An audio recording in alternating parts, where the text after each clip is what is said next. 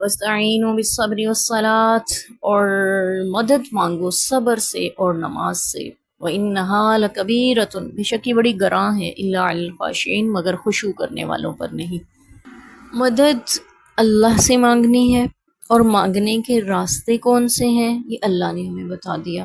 ہم نے بہت سی اور راہیں اللہ کی مدد حاصل کرنے کی گھڑی ہوئی ہیں، ہمارے معاشرے میں رائج بھی ہیں، اور اس کے ذریعے ہم کوشش بھی کرتے ہیں، کسی کے وسیلے سے، کسی کے چلے سے، تو کسی کے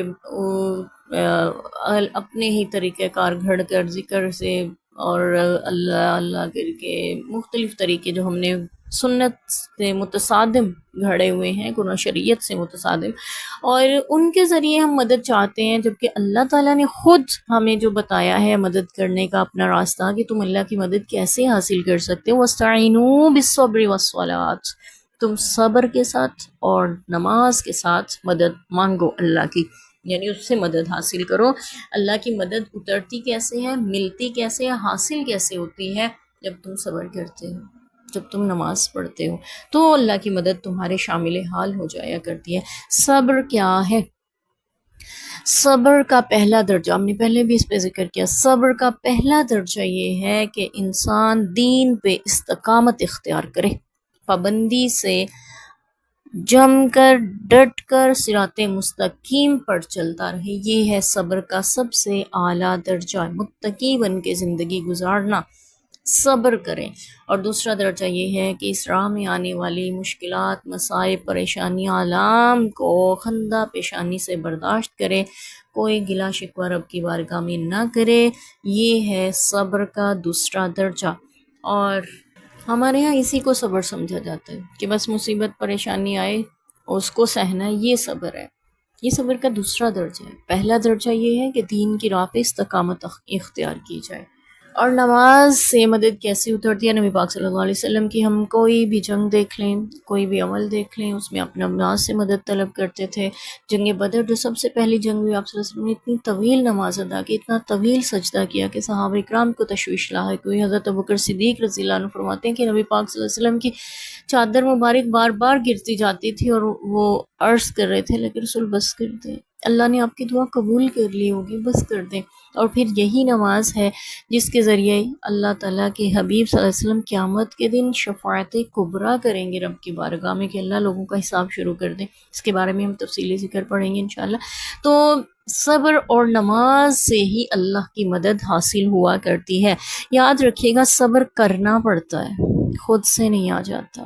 جیسے چھوٹے بچے کو دودھ چھڑوانا پڑتا ہے تو اس کے لیے کتنا مشکل مرحلہ ہوتا ہے، ایسے ہی انسان کے لیے بہت مشکل مرحلہ ہوتا ہے صبر کرنا، لیکن اسے کرنا پڑتا ہے.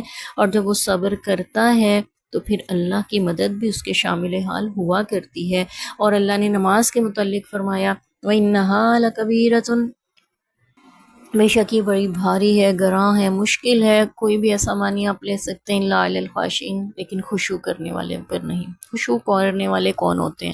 جو نمازوں کو لمبی لمبی پڑھتے ہیں، لمبا قیام کرتے ہیں، طویل رکوع کرتے ہیں، لمبا قعدہ، سجدہ، قومہ، ہر چیز میں ان کی طوالت ہوتی ہے، تسبیحات زیادہ ہوتی ہیں، اذکار زیادہ ہوتے ہیں، سجدے کی، رکوع کی، اور زیادہ دیر رب کی بارگاہ میں کھڑے رہنے والے، نفل نمازوں کا بھی اہتمام کرنے والے، فرض بھی پڑھنے ہیں، ساتھ ساتھ اللہ سے ڈرنے والے، یعنی یہ لوگ ہیں، ان کے لیے نماز مشکل نہیں ہوتی. بات دراصل یہ ہے کہ جب تک ہم کوئی کام کرتے نہیں ہیں نا، اس وقت تک ہمیں وہ مشکل لگتا ہے، لیکن جب ہم وہ کام کرنے لگتے ہیں اور اس میں زیادہ وقت لگاتے ہیں تو ہمیں وہ کام ہمارے دل کو لگنے لگتا ہے اور خشوع پیدا کر دیتا ہے، اور پھر ہمیں وہ مشکل نہیں رہتا ہمارے لیے. دنیا کا کوئی بھی کام کی مثال آپ لے سکتے ہیں اس سے متعلق. اور اللہ تعالیٰ نے فرمایا یہاں پہ یہ گراں ضرور ہے، مشکل ضرور ہے، اٹھ کے جانا پڑتا ہے، وضو کرنا پڑتا ہے، بستر چھوڑنا ہوتا ہے، اپنے کام، اپنے آرام، اپنے خواہشات، اپنا سب کچھ چھوڑ کے رب کی بارگاہ میں کھڑے ہونا پڑتا ہے، ہاتھ باندھ کے، نظریں جھکا کے، زبان سے وہی کلمات ادا کریں گے جو پیغمبر خدا صلی اللہ علیہ وسلم ہمیں تلقین فرما گے.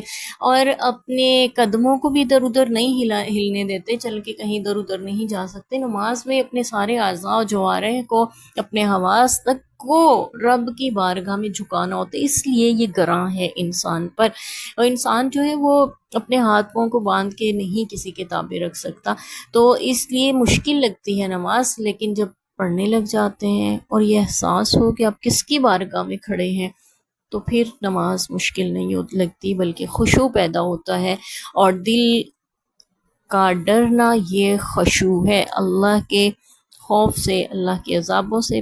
پہلی آیات سے رکوع کی ہم نے جو پڑھی ہیں، فرحبون فتقون، یعنی یہ دونوں صفات جب ہوں تو خشوع پیدا ہو جاتا ہے۔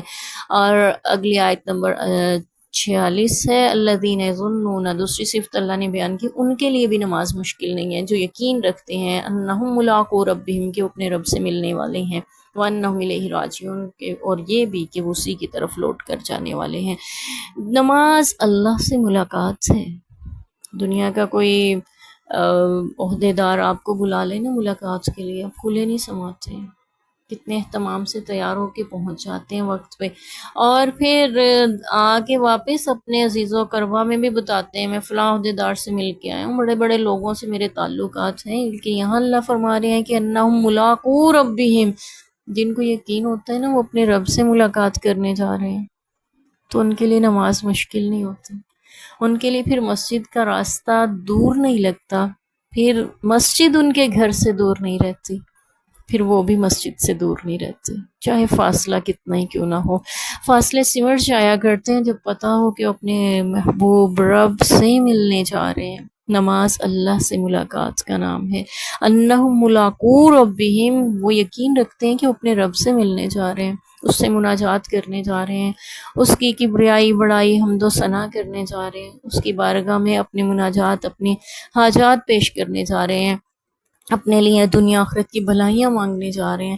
جب اس احساس کے ساتھ کوئی اپنے رب سے ملاقات کرنے کے لیے کھڑا ہو تو کیسے اس کو نماز مشکل لگ سکتی ہے، کیسے اس کو بوجھ لگ سکتی ہے، یقیناً اس کے لیے وہ نماز اہم ترین ہو جاتی ہے۔